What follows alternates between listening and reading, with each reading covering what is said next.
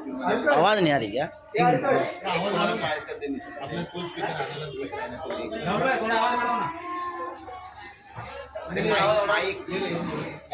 थोड़ा तेज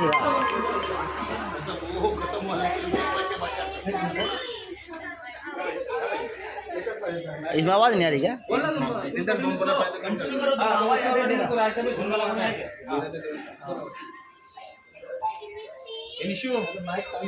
माइक बंद है।